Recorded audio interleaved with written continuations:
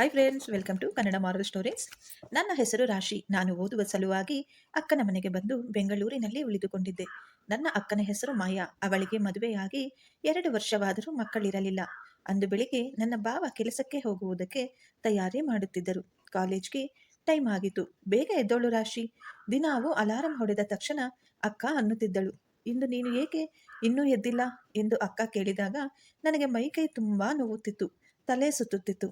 ಆಗ ನಾನು ಅಕ್ಕನಿಗೆ ಹೇಳಿದೆ, ಅಕ್ಕ, ತುಂಬಾ ಸುಸ್ತಾಗ್ತಾ ಇದೆ. ಆದ ಕಾರಣ ಈ ರೀತಿ ಆಗ್ತಾ ಇದೆ ಎಂದು ಅನ್ನಿಸುತ್ತೆ. ನಾನು ಕಾಲೇಜ್ಗೆ ಹೋಗುವುದಿಲ್ಲ ಎಂದು ಹೇಳಿ ಮತ್ತೆ ಸ್ವಲ್ಪ ಹೊತ್ತು ಮಲಗಿದೆ. ಅಕ್ಕ ಭಾವನನ್ನು ಆಫೀಸ್ಗೆ ಕಳುಹಿಸಿದ ನಂತರ ನನ್ನ ತಿಂಡಿಯ ಸಮಯಕ್ಕೆ ಎಬ್ಬಿಸಿದರು. ನಾನು ಎದ್ದವಳೆ ಮುಖ ತೊಳೆದು ತಿಂಡಿ ತಿಂದೆ. ಅಕ್ಕ ಅಂದು ಪಲಾವ್ ಮಾಡಿದ್ದಳು. ನನಗೆ ಏನೂ ತಿನ್ನಲಾಗಲಿಲ್ಲ. ನನಗೆ ಯಾವುದೇ ವಾಸನೆ ನೋಡಿದರೂ ವಾಂತಿ ಬಂದ ಹಾಗೆ ಆಗುತ್ತಿತ್ತು. ನನ್ನ ಅಕ್ಕ ನನ್ನ ಹಿಂದೆ ಬಂದು, ಏನಾಯ್ತು ನಿನಗೆ, ಇಷ್ಟೊಂದು ಸುಸ್ತಾಗಿದೆ? ಡಾಕ್ಟರ್ ಅವರು ನನಗೆ ಒಂದು ಮಾತ್ರೆಯನ್ನು ಕೊಟ್ಟಿದ್ದರು, ಅದನ್ನು ತೆಗೆದುಕೊಂಡರೆ ನಿನಗೆ ಕಡಿಮೆಯಾಗುತ್ತದೆ ಎಂದು ಹೇಳಿ ಆ ಮಾತ್ರೆಯನ್ನು ಕೊಟ್ಟಳು. ನಾನು ಅದನ್ನು ನುಂಗಿ ಸ್ವಲ್ಪ ಹೊತ್ತು ಹಾಗೆಯೇ ಮಲಗಿದೆ.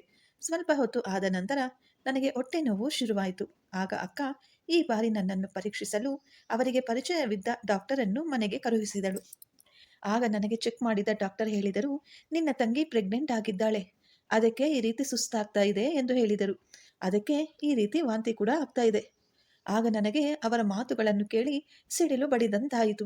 ಇದೇನು ಹೇಳುತ್ತಿದ್ದಾರೆ ಇವರು? ಇದು ಹೇಗೆ ಸಾಧ್ಯ? ನಾನು ಇನ್ನೂ ಕನ್ಯೆ. ನನಗೆ ಯಾವ ರೀತಿ ಬಾಯ್ ಫ್ರೆಂಡ್ಗಳೂ ಇಲ್ಲ. ಅದೇಗೆ ನಾನು ಪ್ರೆಗ್ನೆಂಟ್ ಆಗುತ್ತೇನೆ?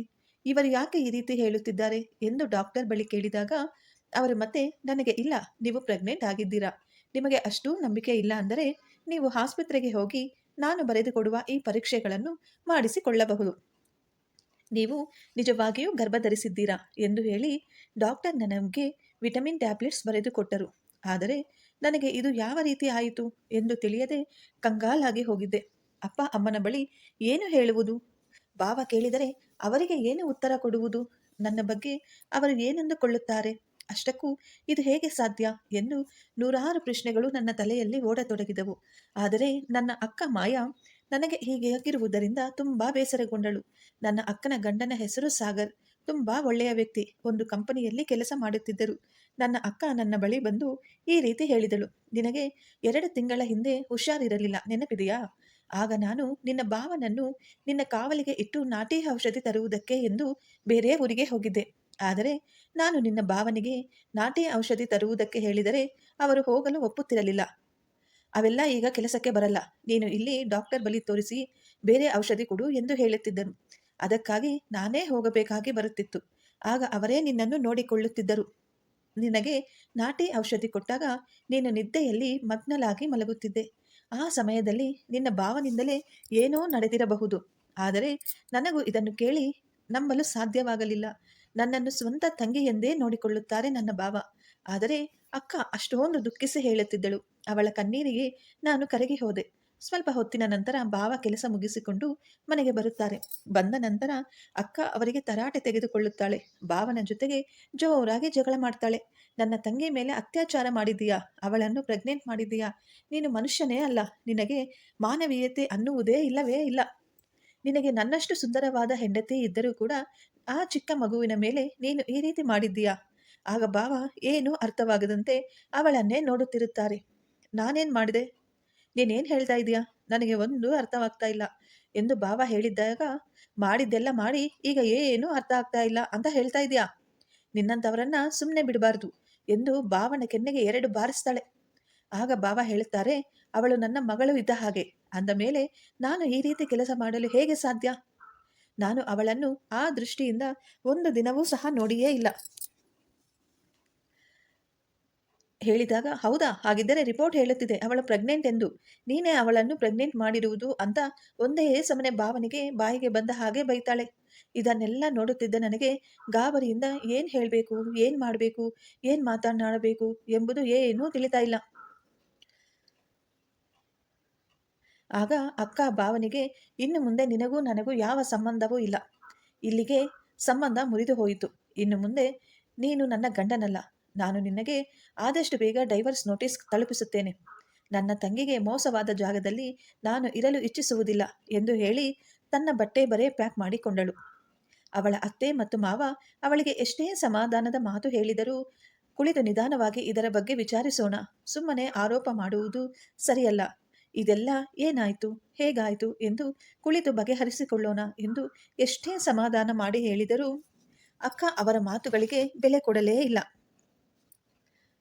ನನಗೆ ಅವಳ ನಡೆ ಆಶ್ಚರ್ಯವನ್ನು ಉಂಟು ಮಾಡಿತು.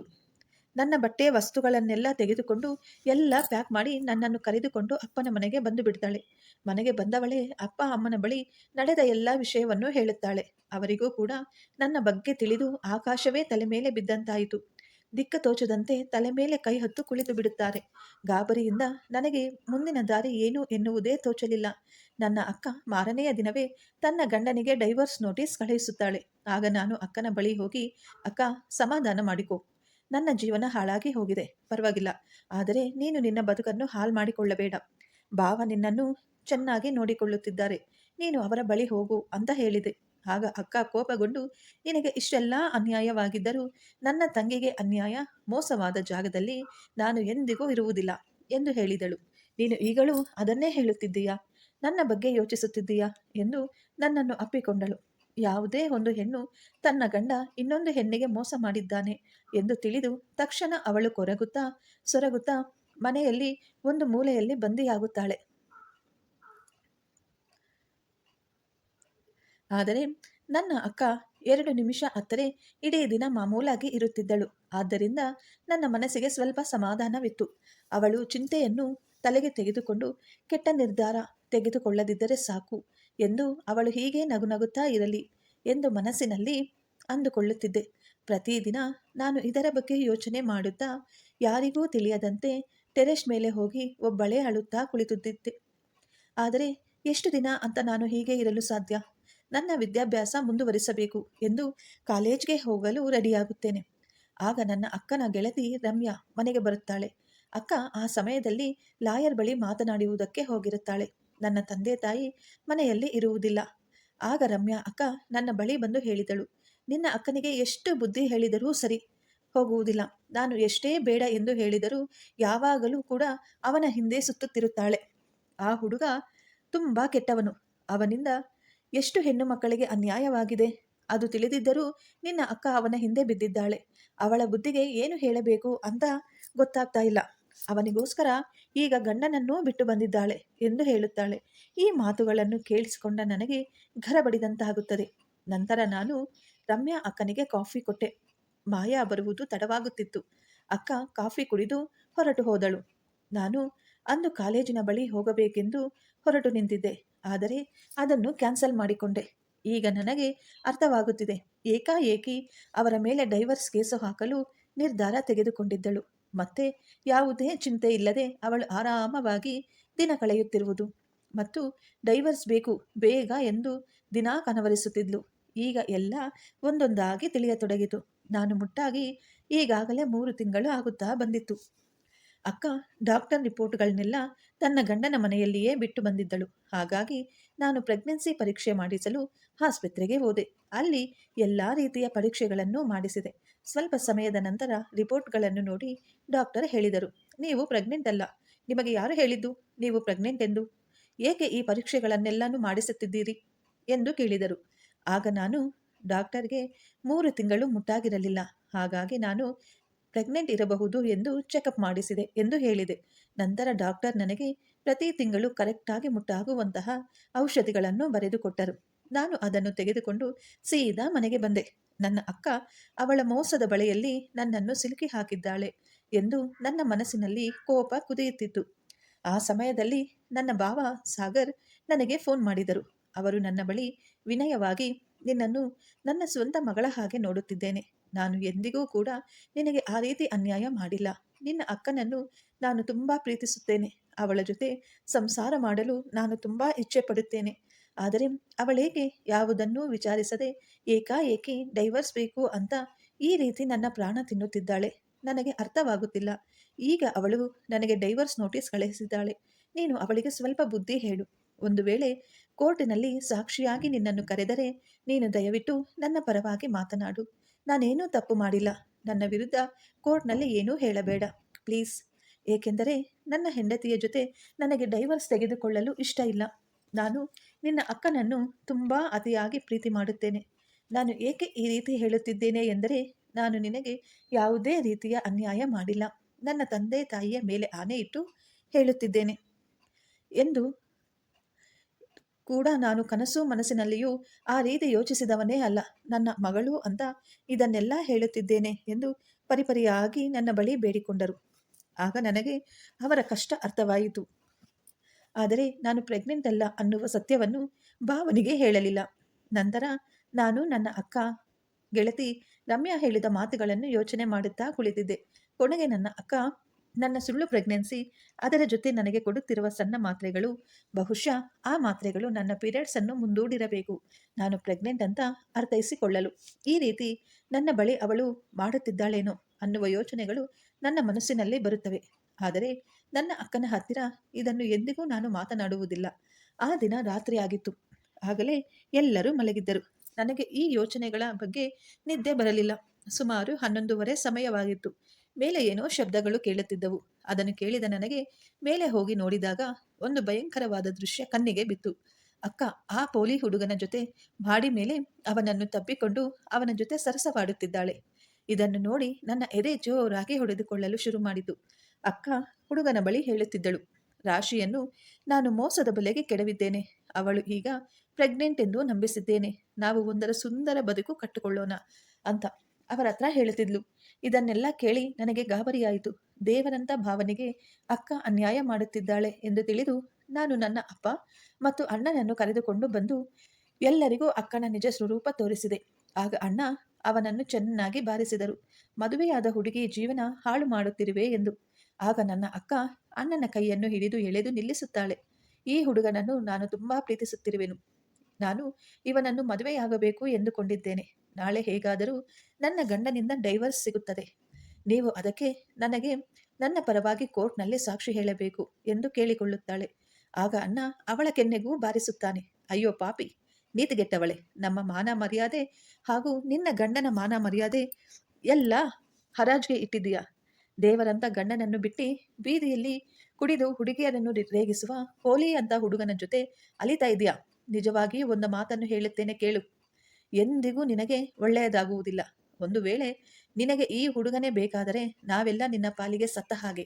ನಮ್ಮನ್ನೆಲ್ಲ ನೀನು ಬಿಟ್ಟು ಬಿಡಬೇಕು. ನೀನು ಅವನ ಜೊತೆ ಹೋದ ಮರುಕ್ಷಣವೇ ನಿನಗೂ ನಮ್ಮ ಮನೆಯ ಬಾಗಿಲು ಶಾಶ್ವತವಾಗಿ ಮುಚ್ಚುತ್ತದೆ ಎಂದು ನನ್ನ ಅಣ್ಣ ಮತ್ತು ನನ್ನ ಅಪ್ಪ ಅಮ್ಮ ಎಲ್ಲರೂ ಒಂದೇ ಸಮನೆ ಅವಳಿಗೆ ಶಾಪ ಹಾಕಲು ನಿಂತರು. ಇದನ್ನು ಕೇಳಿದ ನನ್ನ ಅಕ್ಕ ಅವರ ಮಾತಿಗೆ ಬೆಲೆ ಕೊಡದೆ ಆ ಪೋಲಿ ಹುಡುಗನನ್ನೇ ಆಯ್ಕೆ ಮಾಡುತ್ತಾರೆ. ಮಾರನೆಯ ದಿನ ಕೋರ್ಟ್ನಲ್ಲಿ ಡೈವರ್ಸ್ ವಿಷಯವಾಗಿ ನಾನು ನನ್ನ ಮನಸ್ಸನ್ನು ಗಟ್ಟಿ ಮಾಡಿಕೊಂಡು ಭಾವನ ವಿರುದ್ಧವಾಗಿಯೇ ಸಾಕ್ಷಿ ಹೇಳುತ್ತೇನೆ. ಇದರ ಪರಿಣಾಮವಾಗಿ ಅಕ್ಕ ಮತ್ತೆ ಭಾವ ಇಬ್ಬರಿಗೂ ಡೈವರ್ಸ್ ಸಿಗುತ್ತದೆ. ನಂತರ ನಾನು ಹೋಗಿ ಭಾವನ ಕಾಲನ್ನು ಹಿಡಿದುಕೊಂಡು, ಭಾವ ನನ್ನನ್ನು ಕ್ಷಮಿಸಿ ಎಂದು ಕೇಳುತ್ತೇನೆ. ಆಗ ಅಕ್ಕ ತುಂಬ ಕೆಟ್ಟವಳು, ಅವಳಿಗೆ ನಿಮ್ಮಂಥವರ ಜೊತೆ ಸಂಸಾರ ಮಾಡಲು ಯೋಗ್ಯತೆ ಇಲ್ಲ. ದಯವಿಟ್ಟು ಅವಳನ್ನು ಮರೆತು ನೀವು ಹೊಸ ಜೀವನವನ್ನು ಪ್ರಾರಂಭಿಸಿ. ನಿಮ್ಮಂತಹ ಒಳ್ಳೆಯವರಿಗೆ ಎಲ್ಲ ಒಳ್ಳೆಯದೇ ನಡೆಯುತ್ತದೆ ಎಂದು ಹೇಳಿದಾಗ ನನ್ನ ಭಾವನೆಗೂ ಅಷ್ಟರಲ್ಲೇ ಆಗಲೇ ಎಲ್ಲ ತಿಳಿದಿರುತ್ತದೆ. ಅವರು ಕೂಡ ಕಣ್ಣೀರು ಸುರಿಸುತ್ತಾ ತಮ್ಮ ಮನೆಗೆ ಹೊರಡುತ್ತಾರೆ. ಆದರೆ ಅವರಿಗೆ ಈ ವಿಷಯ ಅರಗಿಸಿಕೊಳ್ಳಲು ಸಾಧ್ಯವಾಗಲಿಲ್ಲ. ತನ್ನ ಹೆಂಡತಿ ನನ್ನ ಹಿಂದೆ ಈ ರೀತಿ ಆಟವಾಡುತ್ತಿದ್ದಾಳೆ ಎಂದು ನಾನು ಕನಸು ಮನಸ್ಸಿನಲ್ಲಿಯೂ ಎನ್ನಿಸಿರಲಿಲ್ಲ. ಅವಳು ನನಗೆ ದೊಡ್ಡ ಅನ್ಯಾಯ ಮಾಡಿದ್ದಾಳೆ, ನಮ್ಮ ನಿರ್ಮಲವಾದ ಪ್ರೀತಿಗೆ ಮೋಸ ಮಾಡಿದ್ದಾಳೆ ಎಂದು ಬಹಳ ದುಃಖದಿಂದ ಅಳುತ್ತಾ ಮನೆಗೆ ಹೋದರು ನಮ್ಮ ಭಾವ. ಅಕ್ಕ ಅದೇ ದಿನ ದೇವಸ್ಥಾನದಲ್ಲಿ ಆ ಹುಡುಗನನ್ನು ಮದುವೆಯಾದಳು. ಕೆಲವೇ ತಿಂಗಳಲ್ಲಿ ನನಗೂ ಕೂಡ ಮನೆಯಲ್ಲಿ ಮದುವೆ ಮಾಡುತ್ತಾರೆ. ನಾನು ಮದುವೆಯಾಗಿರುವ ಹುಡುಗ ನೋಡಲು ತುಂಬ ಸುಂದರನಾಗಿದ್ದ, ಒಳ್ಳೆಯ ಗುಣವಂತ. ಒಂದು ದಿನ ನಾನು ನನ್ನ ಗಂಡನ ಜೊತೆ ಒಂದು ಹೋಟೆಲ್ಗೆ ಊಟಕ್ಕೆ ಹೋಗಿದ್ದಾಗ ಆ ಹೋಟೆಲ್ ಮ್ಯಾನೇಜರ್ ಟೇಬಲ್ ಕ್ಲೀನ್ ಮಾಡುವ ಕೆಲಸದಾಕೆಯನ್ನು ತುಂಬ ಬೈತಾ ಇದ್ರು. ನಾನು ಊಟ ಮುಗಿಸಿ ಕೈ ತೊಳೆಯುವುದಕ್ಕೆ ಎದ್ದು ಹೋದಾಗ ಅವಳ ಮುಖ ನೋಡಿ ನನಗೆ ಶಾಕ್ ಆಗುತ್ತದೆ. ಏಕೆಂದರೆ ಆ ಹೆಂಗಸು ನನ್ನ ಅಕ್ಕ ಮಾಯ ಆಗಿದ್ದಳು.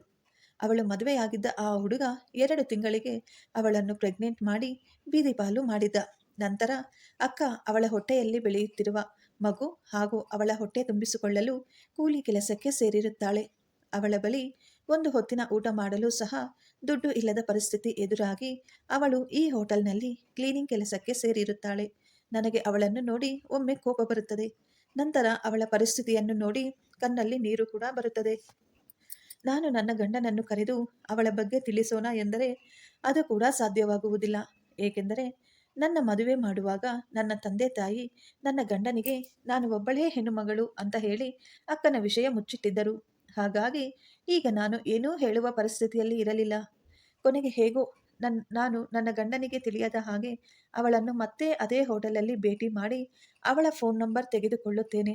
ಇದರ ಬಗ್ಗೆ ನನ್ನ ತವರು ಮನೆಗೆ ಹೋಗಿ ಅಪ್ಪ, ಅಮ್ಮ ಮತ್ತು ಅಣ್ಣನ ಬಳಿ ಈ ವಿಷಯ ಹೇಳಿ ಅವಳನ್ನು ಮನೆಗೆ ಕರೆಸಿಕೊಳ್ಳೋಣ ಎಂದರೆ ಅವಳು ನಮ್ಮ ಪಾಲಿಗೆ ಸತ್ತು ಹೋಗಿದ್ದಾಳೆ ಎಂದು ಸುಮ್ಮನಾಗಬಹುದು.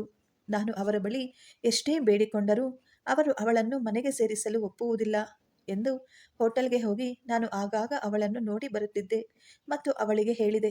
ನಾನು ಎಷ್ಟೇ ಬೇಡವೆಂದರೂ ಮನೆಯವರೆಲ್ಲ ತಡೆದರೂ ನೀನು ಕೇಳಲಿಲ್ಲ. ನಿನ್ನ ಜೀವನವನ್ನು ನೀನೇ ನಿನ್ನ ಕೈಯಾರ ಹಾಳು ಮಾಡಿಕೊಂಡೆ. ಈಗ ನೋಡಿದರೆ ಈ ಪರಿಸ್ಥಿತಿಯಲ್ಲಿದ್ದೀಯಾ ಎಂದು ನನ್ನ ಕೈಲಾದಷ್ಟು ಸಹಾಯ ಮಾಡಿ ಬರುತ್ತಿದ್ದೆ. ಮೊದಲಿಗಿಂತಲೂ ಅವಳ ಬದುಕು ಈಗ ಪರವಾಗಿಲ್ಲ. ಏಕೆಂದರೆ ನಾನು ಅವಳಿಗೆ ನನ್ನ ಗೆಳತಿಯ ಆಫೀಸ್ನಲ್ಲಿ ಒಂದು ಚಿಕ್ಕ ಕೆಲಸ ಕೊಡಿಸಿದ್ದೆ. ಈಗ ಅವಳಿಗೆ ಒಂದು ಮಗು ಕೂಡ ಆಗಿದೆ. ಈಗ ಅವಳು ಆ ಮಗುವನ್ನು ನೋಡಿಕೊಂಡು ತನ್ನ ಜೀವನವನ್ನು ಕಟ್ಟಿಕೊಂಡು ಕೆಲಸ ಮಾಡುತ್ತಾ ಬದುಕುತ್ತಿದ್ದಾಳೆ. ಅವಳಿಗೆ ಊಟಕ್ಕೆ ಮತ್ತು ಬಟ್ಟೆಗೆ ಯಾವುದೇ ರೀತಿಯ ತೊಂದರೆ ಇಲ್ಲ. ನನ್ನ ಕೈಯಲ್ಲಿ ಎಷ್ಟು ಸಾಧ್ಯವೋ ಅಷ್ಟು ಅಕ್ಕನಿಗೆ ಸಹಾಯ ಮಾಡಿದ್ದೇನೆ ಎಂದು ನಿಟ್ಟುಸಿರು ಬಿಟ್ಟೆ. ಫ್ರೆಂಡ್ಸ್, ನಿಮಗೆ ನಮ್ಮ ಸ್ಟೋರೀಸ್ ಇಷ್ಟ ಆಗಿದ್ರೆ ಒಂದು ಲೈಕ್ ಮಾಡಿ, ನಮ್ಮ ಚಾನಲ್ಗೆ ಸಬ್ಸ್ಕ್ರೈಬ್ ಮಾಡಿ. Thank you so much.